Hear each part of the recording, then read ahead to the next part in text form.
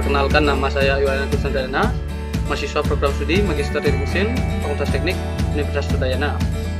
Di sini saya dibimbing oleh Dr. Insinyur Iwayan Bandam Adjana, MPhil, dan Profesor Dr. Cucukorda Gede Tirtanindyo, SDMD.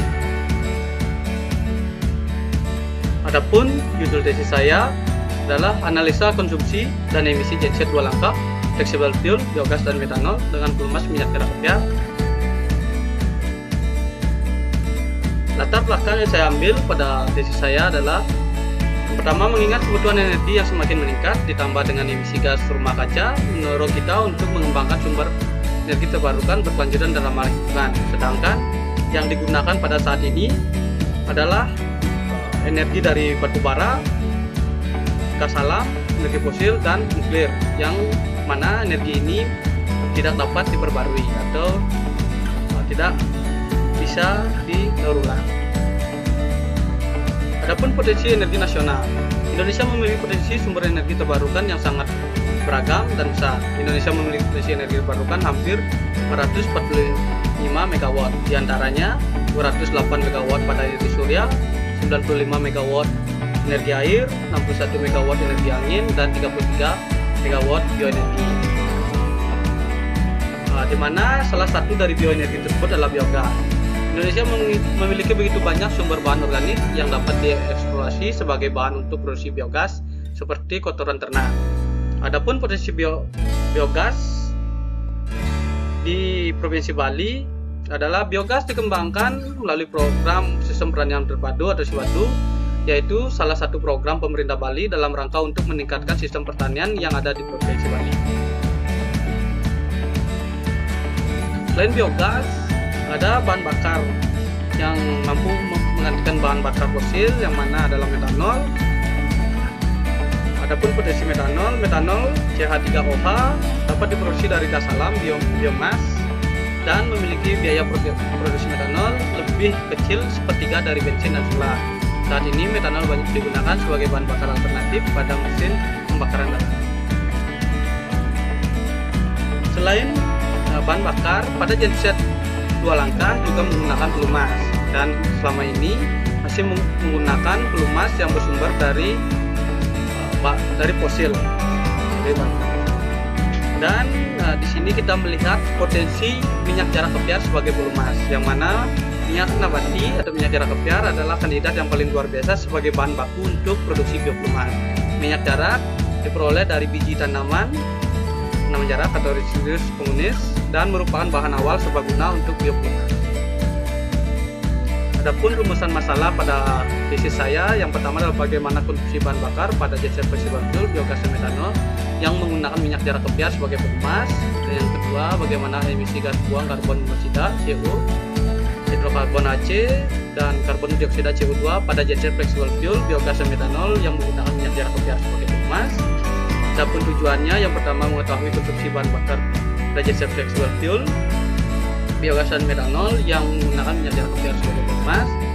Dan yang selanjutnya atau yang kedua, untuk mengetahui emisi gas buang CO, HC, dan CO2 pada genset flexible fuel, biogas dan metanol yang menggunakan minyak curah kepiar sebagai pelumas. Adapun beberapa batasan pada tesis saya atau penelitian saya, yang pertama adalah genset yang digunakan adalah genset dua langkah silinder tunggal yang memiliki kapasitas 63 cc berbahan bakar fleksibel fuel yang memiliki kompresi 10 bar dengan daya 700 watt. Bahan bakar biogas yang digunakan berasal dari limbah kotoran sapi Bali. Dan yang ketiga, metanol yang digunakan adalah metanol yang berproduksi dari gas sintetis. Yang keempat adalah pelumas yang digunakan adalah minyak dari tanah minyak kepiar. Adapun manfaatnya, yang pertama adalah tersedianya genset flexible fuel yang dapat menggunakan bahan bakar biogas dan metanol. Yang kedua, untuk menyediakan sebuah generator yang mampu digunakan di daerah pedesaan dengan mengandalkan sumber-sumber organik yang ada di pedesaan. Yang ketiga, membantu komitmen pemerintah untuk mengurangi laju konsentrasi gas metan ke atmosfer yang dapat membuat emisi gas rumah kaca. Dan yang keempat, untuk mengatasi masalah ketergantungan terhadap bahan bakar fosil. Nah, biogas adalah energi terbarukan, dapat diandalkan, terjangkau, dan mudah didapatkan. Biogas terbentuk dalam proses anaerobic digester pada anaerobik dan adapun komponen dari biogas adalah metana atau CH4, karbon dioksida, CO2, nitrogen, hidrogen sulfida dan oksigen dengan persentase yang ditunjukkan pada tabel. Dan selanjutnya adalah metanol. Metanol merupakan bahan bakar cair atau memiliki beberapa karakteristik sebagai bahan bakar pada motor bakar yang berperformasi tinggi yang menghasilkan tingkat racun dan senyawa emisi gas buang yang lebih rendah. Selanjutnya adalah jerak kepiar atau minus komunis. Minyak jerak adalah salah satu minyak nabati yang tidak dapat dikonsumsi yang dihasilkan dari biji tanaman jarak, dan minyak jarak merupakan salah satu minyak yang banyak diteliti untuk pelumasan industri dan otomotif. Adapun komponen-komponen pada minyak jarak seperti minyak, karbohidrat, serat, abu, dan protein, di mana dengan persentase yang ditentukan pada tabel. Adapun hipotesis pada penelitian atau tesis saya yang pertama adalah penggunaan pelumas minyak jarak kepiar bahan bakar metanol mengkonsumsi bahan bakar lebih rendah dibandingkan bahan bakar biogas tipe 1 maupun biogas tipe 2, dan penggunaan pelumas minyak jarak kepiar bahan bakar biogas tipe 1 menghasilkan emisi paling rendah dibandingkan bahan bakar biogas tipe 2 maupun metanol. Adapun rancangan penelitian dan variabel penelitian pada tesis saya, penelitian dilakukan dengan metode eksperimental, dan adapun variabel bebasnya yang pertama adalah jenis bahan bakar yaitu 1 biogas tipe 1 dengan pemurnian H2S, H2O dan CO2, biogas tipe 2 yang hanya dimurnikan dengan H2S dan H2O, dan yang ketiga adalah metanol. Dan pada penelitian juga adanya pembebanan 200 watt dan dalam posisi udara. Sedangkan variabel terikatnya yang pertama adalah konsumsi bahan bakar dalam liter per menit dan emisi gas CO, CO2 dan HC. Adapun tempat penelitian, yang pertama penelitian dilakukan di Sipadu 369 Banjar Sumapan, Desa Gunung, Kecamatan Sukawati, Kabupaten Gianyar, Bali. Yang kedua adalah Balai Pendidikan dan Pelatihan Transportasi Darat BPPTD Gianyar, Bali. Adapun alat-alat yang digunakan pada penelitian, yang pertama adalah digester, di mana digester ini adalah tempat terbentuknya bahan bakar biogas. Yang kedua adalah desulfurizer, di mana alat ini adalah alat yang digunakan untuk memurnikan biogas dari kandungan H2S. Yang ketiga adalah bag biogas, yang mana bag biogas ini adalah alat yang berfungsi sebagai penyimpanan biogas itu sendiri. Yang selanjutnya adalah volumeter, yang mana alat ini adalah untuk mengukur seberapa biogas yang nantinya digunakan untuk penelitian. Selanjutnya adalah multigas detektor. Alat ini digunakan untuk mengukur kandungan apa saja yang masih terdapat pada biogas seperti CO2, CH4 dan H2S. Selanjutnya adalah generator set atau genset, yang mana adalah alat utama pada tesis kali ini. Yang selanjutnya adalah karburator untuk pengkabutan bahan bakar metanol sebelum masuk ke ruang bakar. Yang selanjutnya adalah mixer flexible fuel, yang mana berfungsi sebagai pencampuran bahan bakar biogas, udara dan pelumas sebelum melewati karburator dan masuk ke ruang bakar. Selanjutnya adalah gas analyzer, di mana gas analyzer ini berfungsi sebagai alat untuk mengukur seberapa emisi yang nantinya dihasilkan oleh genset itu sendiri. Selanjutnya gelas ukur, yang nantinya digunakan untuk mengukur bahan bakar metanol sebelum dilakukan uji bahan bakar atau uji konsumsi bahan bakar. Selanjutnya adalah stopwatch untuk mengukur seberapa lama bahan bakar yang dihabiskan oleh genset. Selanjutnya adalah CO2 remover, yang mana alat ini digunakan untuk pemurnian biogas dari kandungan CO2 pada biogas. Adapun bahan-bahan yang digunakan, yang pertama adalah biogas yang dihasilkan dari limbah kotoran ternak sapi Bali. Kedua adalah metanol, terus HCl2 untuk menyerap kandungan air pada biogas, dan yang ketiga adalah minyak jarak kepiar sebagai pelumas pada genset. Sebuah penelitian pada tesis saya, sebuah penelitian yang dilakukan adalah yang pertama untuk biogas tipe 1, biogas yang digunakan dari H2S dan H2O dan CO2, biogas yang dihasilkan di digester yang ditunjukkan pada nomor 1 nanti dicek dulu menggunakan multigas detektor yang ditunjukkan angka 3, selanjutnya dialirkan menuju disuppleser dan dilanjutkan ke CO2 remover, baru dialirkan menuju ke volumeter dan masuk ke dalam bag biogas yang sudah terisi CaCl2. Dan sedangkan untuk biogas tipe 2, biogas hanya diberikan dengan H2S dan H2O. Biogas yang dihasilkan di digester dialirkan menuju ke disuppleser dan langsung menuju ke volumeter dan langsung menuju ke bag biogas yang di dalamnya sudah terisi CaCl2. Untuk bahan bakar biogas nantinya dialirkan menggunakan mixer flexible fuel dan diikuti dengan udara dan humas, dibarengi dengan udara humas, dan dilewatkan ke karburator, masuk ke ruang bakar, genset menyala dengan baik dengan menunjukkan voltase 220, maka dilakukan pengujian pada posisi idle dan juga pembebanan 200 watt dan dilakukan juga uji emisi. Untuk bahan bakar metanol langsung dicampurkan dengan pelumas, ditujukan pada 8 dan dialirkan menuju karburator untuk pengkabutan dan dibarengi dengan udara, campuran udara dan masuk ke ruang bakar sehingga genset mampu menyalakan baik dan menunjukkan voltase 220 dan dilakukan uji konsumsi dan emisi. Adapun hasil yang didapatkan, yang pertama adalah emisi CO. Karbon monoksida atau CO terbentuk manakala terjadi pembakaran tidak sempurna yang diakibatkan kurangnya oksigen atau O2 pada proses pembakaran di dalam ruang bakar mesin. Di sini dapat kita lihat CO yang dihasilkan 3 bahan bakar masih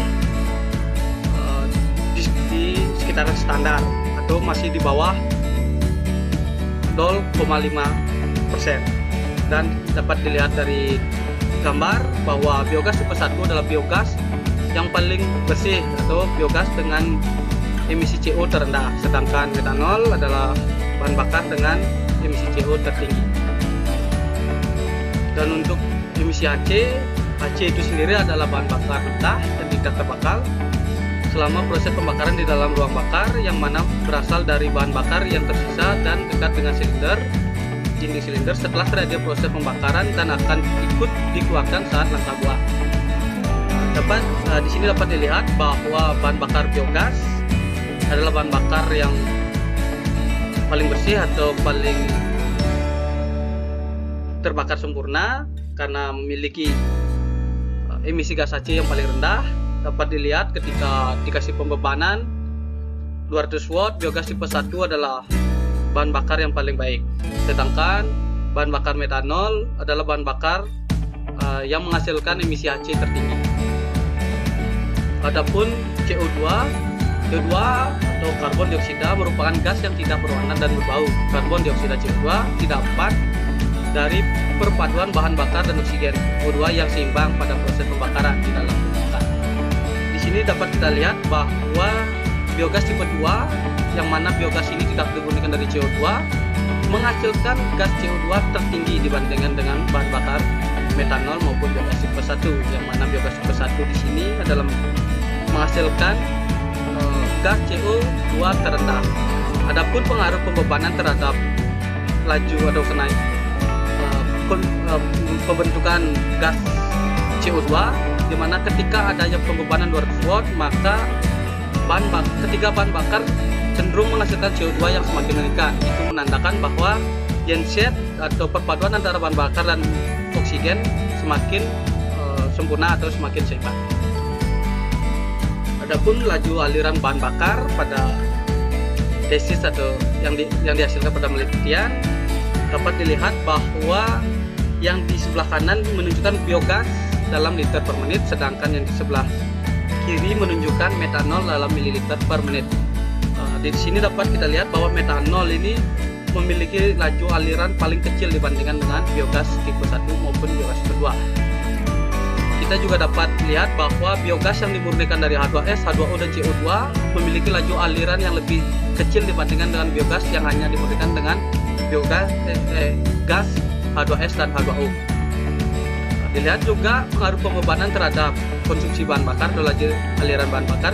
Ketika adanya pembebanan, maka cenderung konsumsi bahan bakar semakin tinggi atau laju aliran bahan bakar semakin tinggi.